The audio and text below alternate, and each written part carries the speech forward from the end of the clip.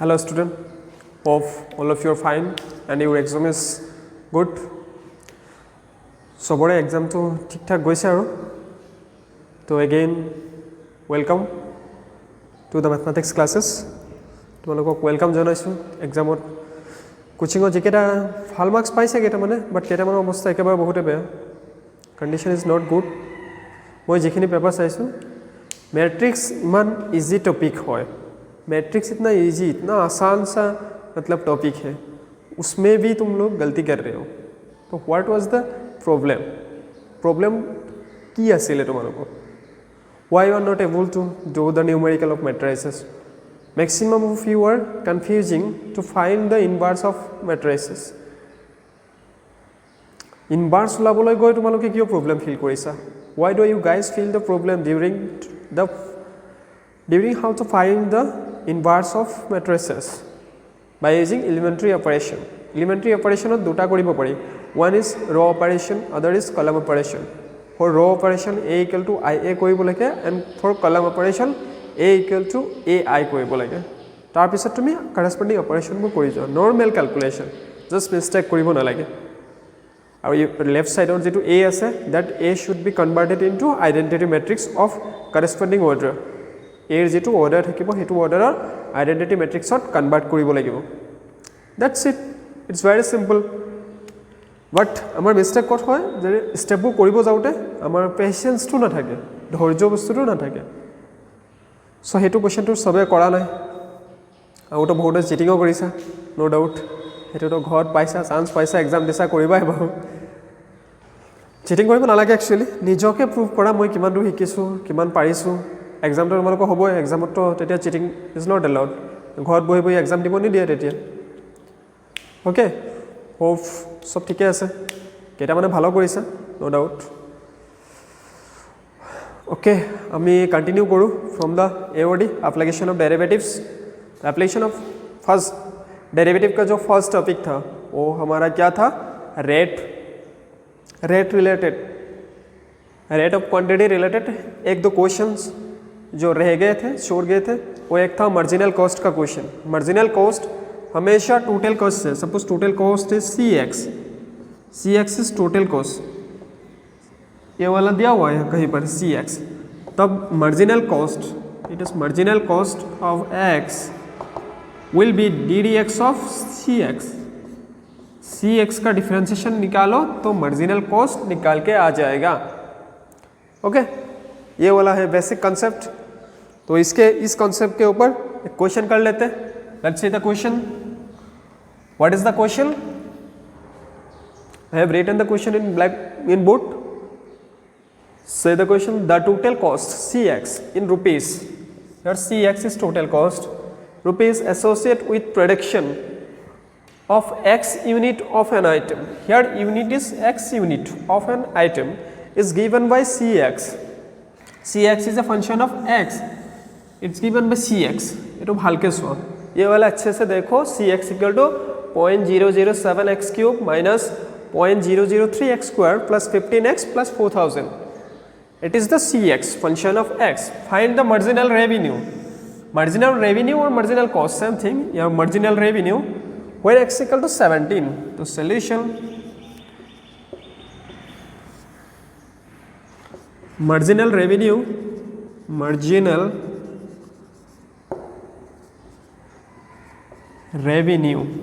equal, इसको marginal revenue बोलते हैं MR ddx of cx. cx का differentiation with respect to x निकालना पड़ेगा. That is ddx of, now you replace cx by this given function 0.007 x cube minus 0.003 x square plus 15x and plus 4000. Okay, ये हमारा क्या है? Total cost है. उसका differentiation निकालेंगे तो क्या निकाल के आ जाएगा बाहर? या dx, स्मॉल x दे सकते हो. x is the quantity of the product. तो इसको डिफरेंशिएट करो. x क्यूब है, ये तो कोफिशिएंट है. कोफिशिएंट मतलब ये कांस्टेंट टर्म है. x क्यूब है, उसका क्या हो जाएगा? 2. यहाँ पर देखो एक्स क्यूब उसका डिफ्रेंशिएशन हो जाएगा 3x², 3 and 0.7 इसको मल्टीप्लाई करने से 0 to 1 आ जाएगा दिस x²। उसके बाद देखो यहाँ देखो 0.003x² दैट इज 0.006 आ जाएगा, क्योंकि x² का डिफ्रेंशिएशन होता है 2x, रिमेंबर डेट। ये वाला आ जाएगा 15 और 4000 का तो 0 ही हो जाएगा, कांस्टेंट का डिफ्रेंशिएशन 0 होता है। Okay, that is our marginal revenue का जो फंक्शन है वो वाला फंक्शन हो गया। अब marginal revenue when x equal to 7, आप कंडीशन पुट कर देता हूँ when x equal to 17। So x equal to 17 put करने से क्या आ जाएगा देख लेते हैं। So marginal revenue at x equal to 17 will be, इसको 17 पुट कर दो x के जगह, 17² आ जाएगा 0.006 इंटू 17 प्लस 15, ये हो गया हमारा value. After the calculation, simplification तुम लोग कर लेना। After calculation we will get 20.967। It should be in rupees. तो marginal cost, hence the required marginal cost, therefore required marginal cost will be marginal cost equal, यहाँ पर rupees का symbol दे देता हूँ, रुपीस 20.967। That's our answer. तो it's very easy questions, बहुत ही आसान सा सवाल था। I think you guys got it.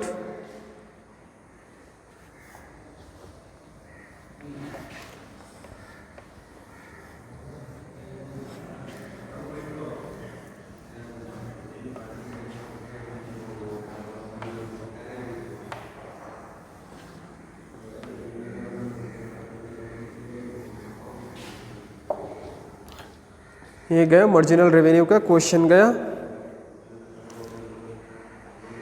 Let's see the questions, one more questions.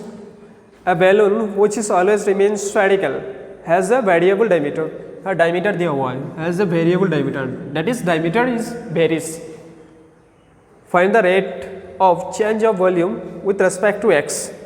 X के हिसाब से rate of change of volume निकालना है। See the solution. फर्स्ट हम क्या करेंगे, डायमीटर दिया हुआ है, हम वॉल्यूम जानते हैं in term of radius, so will convert the diameter into radius. Radius of sphere, radius of sphere will be 3/2 था, so it become 3/4 2x + 1।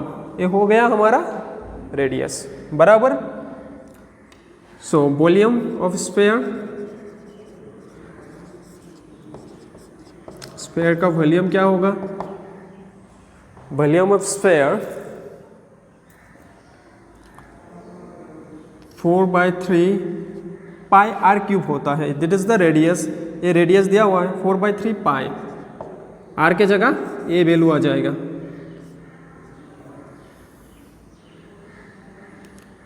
3/4 2x + 1 इसका cube. Hope all of you got it.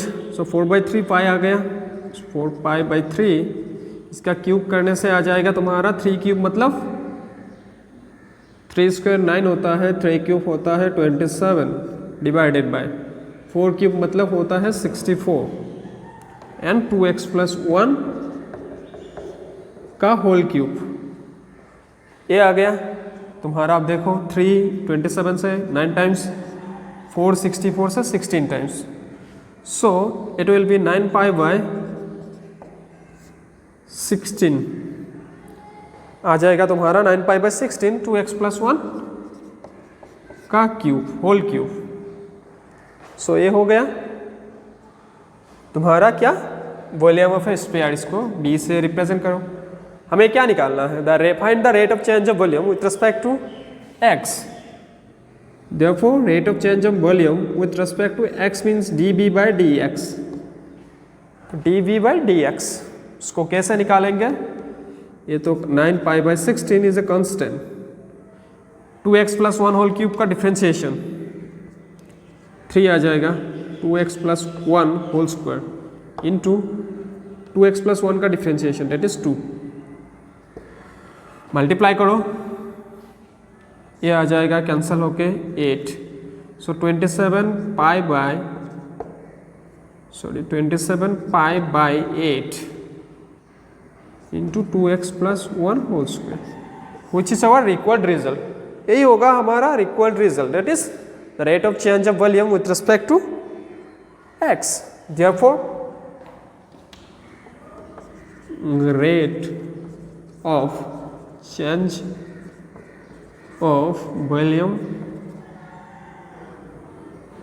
of change of volume with respect to x equal 27π/8 2x + 1 whole square, जो हमारा final result है। Okay, बहुत ही आसान सा सवाल था, ज़्यादा टफ नहीं था। So hope all of you got it. Okay, hello, new topic we are going to discuss. Okay, let's continue from वो जो क्वेश्चन किया था फर्स्ट में, 2 क्वेश्चन तक ऑलरेडी कर चुका हूँ, तो तुम्हारा प्रीवियस सेक्शन रेट मतलब खत्म हो गया, rate of a quantity. Now we will discuss another topic, application of derivatives का ही है, वो है इंक्रीजिंग एंड डिक्रीजिंग फंक्शन। ये फंक्शन इंक्रीजिंग कैसे होगा, लाइव सेशन में थोड़ा बहुत डिस्कस किया था। Now we are discussing here to because maximum are not attending the live class. Okay, 20 students are attended, but there's another student who are not able to attend the live classes due to the network issues. So that's why I'm going to make the video. Same thing, same topic, increasing and decreasing function. For increasing, first हम देख लेते हैं increasing function। Increasing function, इसका definition देख लेते हैं। A function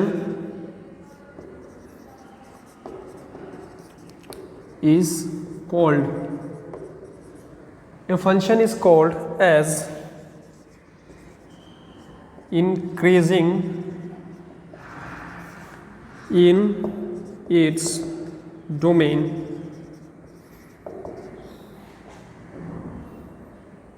if x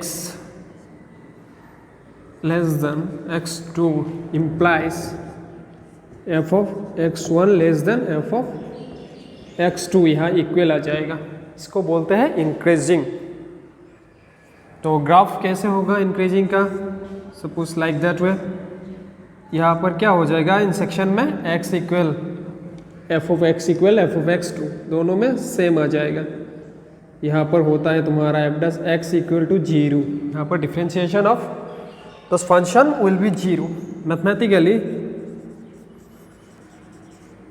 if a function is continuous then can write f' greater than equal 0। ये वाला याद रखना एंड दिस, ये दो इम्पोर्टेंट है, तो ये दोनों याद रखना। ओके, लाइव क्लास में किसी को मतलब समझ में दिक्कत हो गया तो वो भी देख सकते हैं। यहाँ सब पढ़ा जो लाइव क्लास भालके बुझी पोआ नासिला। सो और किबा डाउट था personally you can contact me. So ये हो गया तुम्हारा इंक्रीजिंग फंक्शन। अब आ जाएगा strictly increasing function. A function is called, यहाँ पर स्ट्रिक्टली लगा दो अभी, स्ट्रिक्टली इंक्रीजिंग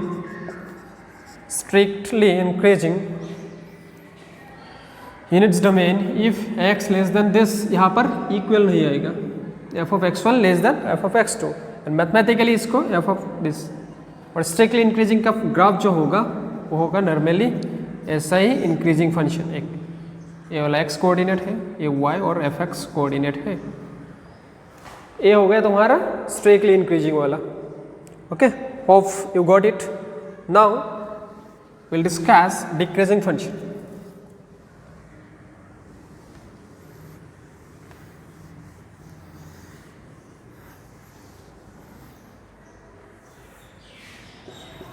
नंबर 2 आ जाएगा तुम्हारा decreasing function.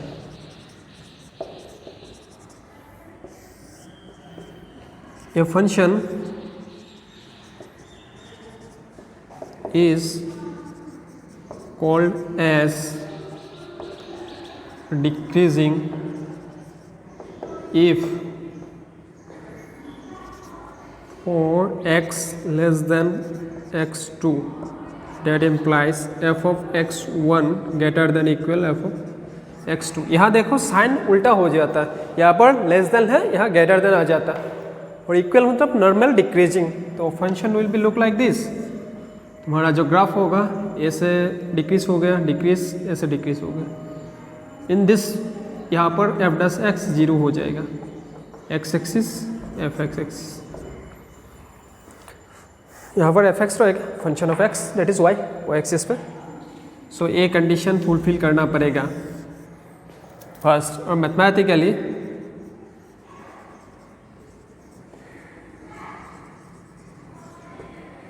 F dash X should be less than equal to 0, ये वाला कंडीशन. ये फर्स्ट डेरिवेटिव है, मतलब जब डिक्रीजिंग होगा function then it will follow F dash X less than equal 0.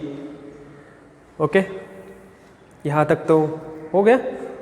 और जब यहाँ पर स्ट्रिक्टली वर्ड लगेगा, strictly decreasing, strictly decreasing, function is called as strictly decreasing.